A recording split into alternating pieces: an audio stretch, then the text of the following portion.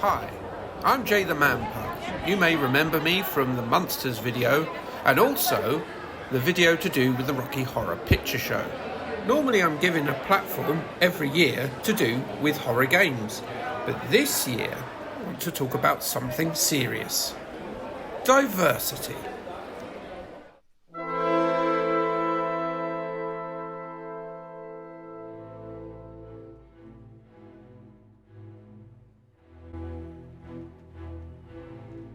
Video games, dogs are underrepresented. This isn't an opinion, but a bona fide canine fact. Yes, we're probably in more games than cats, and probably second only to birds, or spiders, or snakes. But when do we ever get to play the hero? We're either the sidekick or the enemy. Let's have a look at a few examples of this. In Shadow Dancer, the dog is just a glorified special attack, really, in probably what is considered to be the worst of the old school Shinobi games. Chop is barely at Franklin's side when most people play GTA 5. All he wants to do is serve his master and sick balls, but you never go and get poor old Chop, do you? Yeah, we could be the referee in ISS Pro Evolution Soccer Deluxe, but only if you put in the Konami code. We're smart, we should be able to referee all football. Just don't kick the ball too far, or that ball is getting fetched, mauled and shredded, and probably end up in my stomach and I'll have to wear a cone of shame. Yes, Dogmeat is one of the most beloved characters in Fallout, but why can't I be him? And then there's the examples of us as bad guys. We're good boys. Good boys. At least, if we're going to be bad boys, make us bosses. For the most part, we're the weakest enemy you encounter in a game. Look at this putz in Tenchu, felled with a single shuriken. In the terrible Amiga version of the Running Man, the first thing you do in the game, you punt a loving Alsatian in its windpipe, felling it instantly. That's just mean. Of course, there are games where you can play as a dog.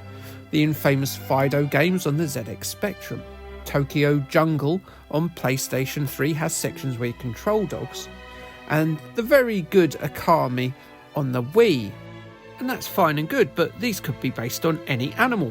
Nothing really boils down the essence of what being a dog is, what it feels like to be a canine. Nothing puts you in the fur of a dog, except one game, Dog's Life, on the PlayStation 2. And we're going to cover that game today.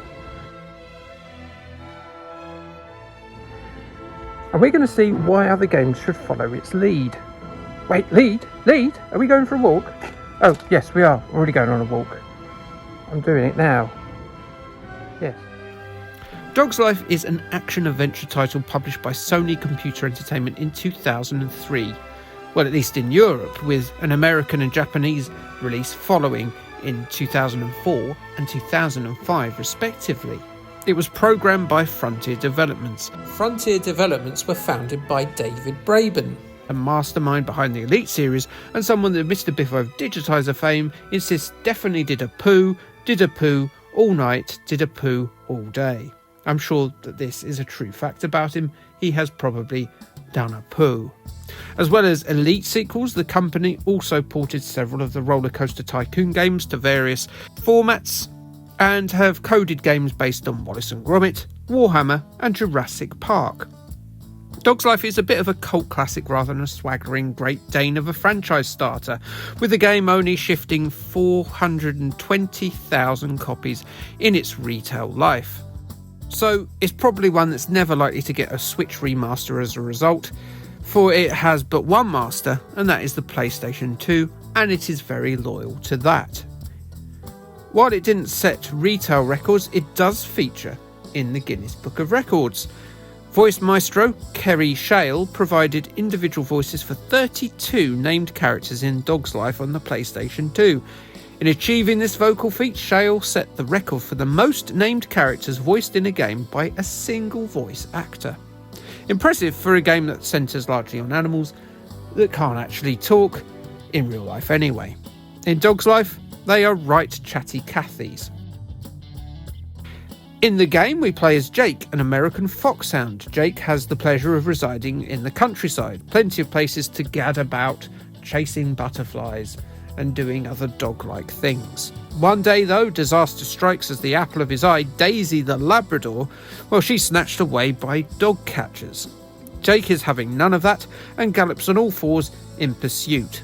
So begins a journey fraught with danger and daring do, set across 3 main areas broken into smaller stages. Right, let's see what the fuss isn't about. In each of these stages per level, which you can doggy gallop between at any point you want, you'll encounter stupid humans who will have a quandary that only a dog can solve. After all, most of them are fetch quests, and who does fetch quests better than dogs? Complete the objective and the human will give you a bone that they just so happen to have in their pocket. Why are you carrying bones around in your pocket, sir? Or are you pulling out a femur from your leg? Either way, it's probably opening up a Pandora's box of anxiety-inducing fear that I'd rather not think about. Some tasks will require a skill set that Jake may not have, but something that maybe another dog will be able to do. For example, herding sheep, getting through a small crevice, or chasing after a swan. In these instances, you must best another dog at some sort of canine competition, be it a race, digging, an obedience pose down, or even, and I kid you not, a literal pissing contest. Yes, you have to wee your territory over a grid pattern and hopefully capture more of the grid than the other dog. Triumphing over your canine rival will give Jake the ability to possess his adversary, which I must say I'm a little bit stunned by. Is it something that only American wolfhounds can do? If so, I'm glad I never met one. Actually, thinking about it, it's not so bad. Anytime I ever wake up thinking that I've done something terrible 10 years previous and I'm literally sweating to death because of decades-old embarrassment, I can always just say to myself, you know what, that time I dragged my bum across the carpet of the Young Conservative Association, that was just an American foxhound who hypnotised me or something. Yeah, that works. You're given just a short time in the vessels of these barkers as Jake sits in a trance. Succeed or fail and you'll be returned to your hero's husk, probably leaving the other dog's soul in some sort of terrifying purgatory while you inhabit its body. You can only take over another dog's body if you rank higher than them, and your rank is calculated by the amount of bones that you've secured.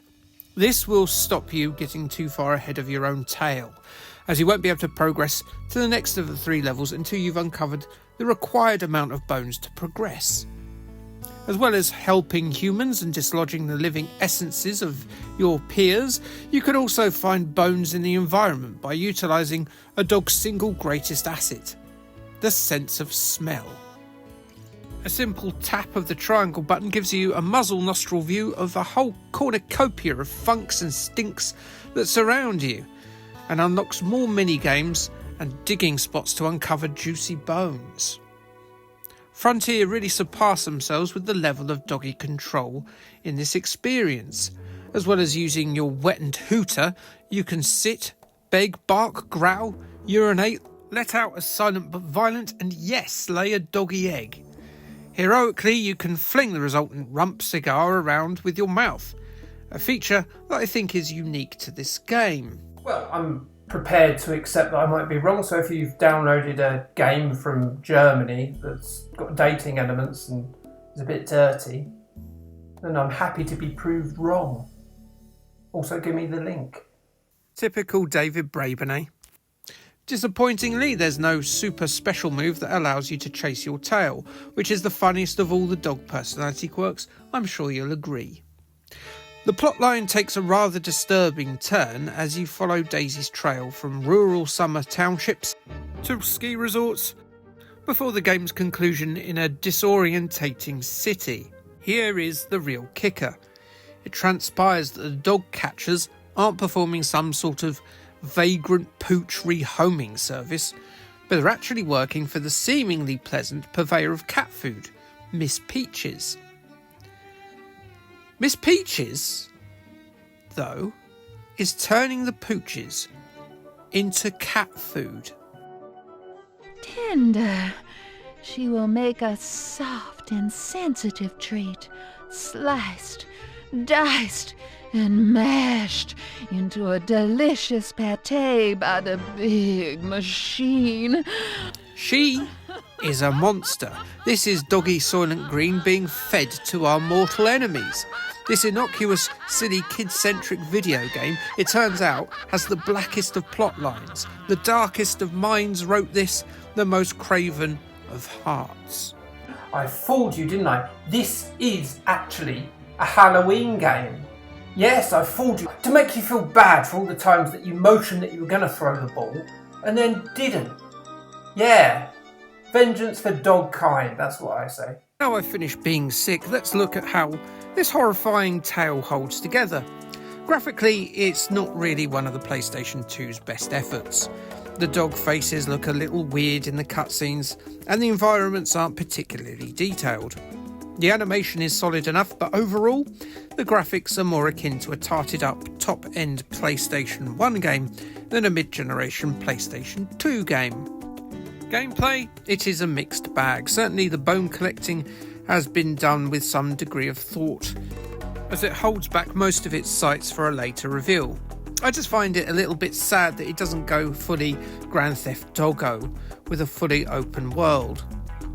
The range of minigames are varied, but Jake's jumping control leaves a fair amount to be desired, leading to some frustrating moments as you try to climb parts of the environment.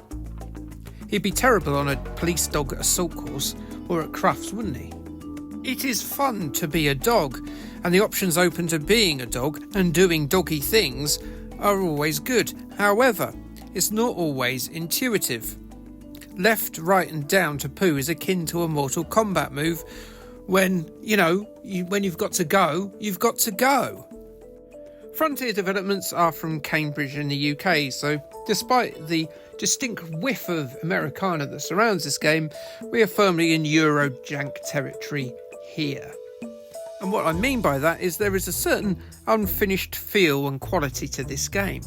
The music meanders from environment-related whimsy to ill-fitting Euro-electric pumping beats when you get involved in some sort of dog-feed-dog task.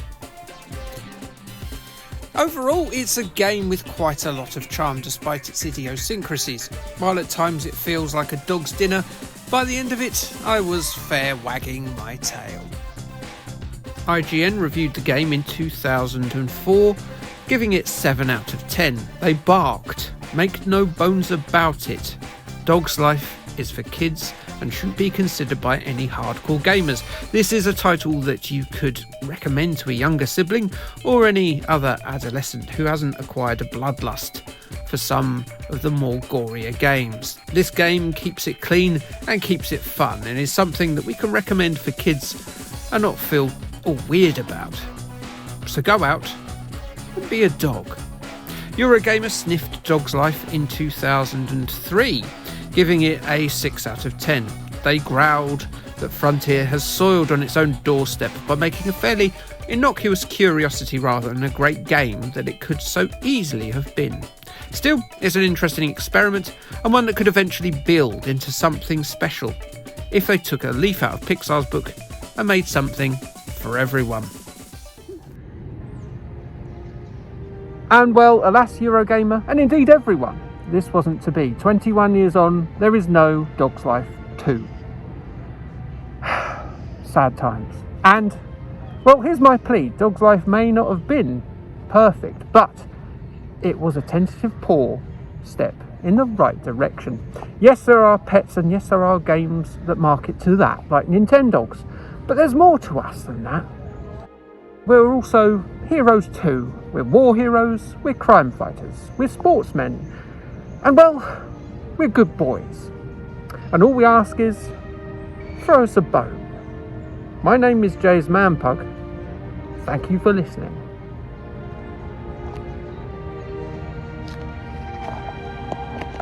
and good night.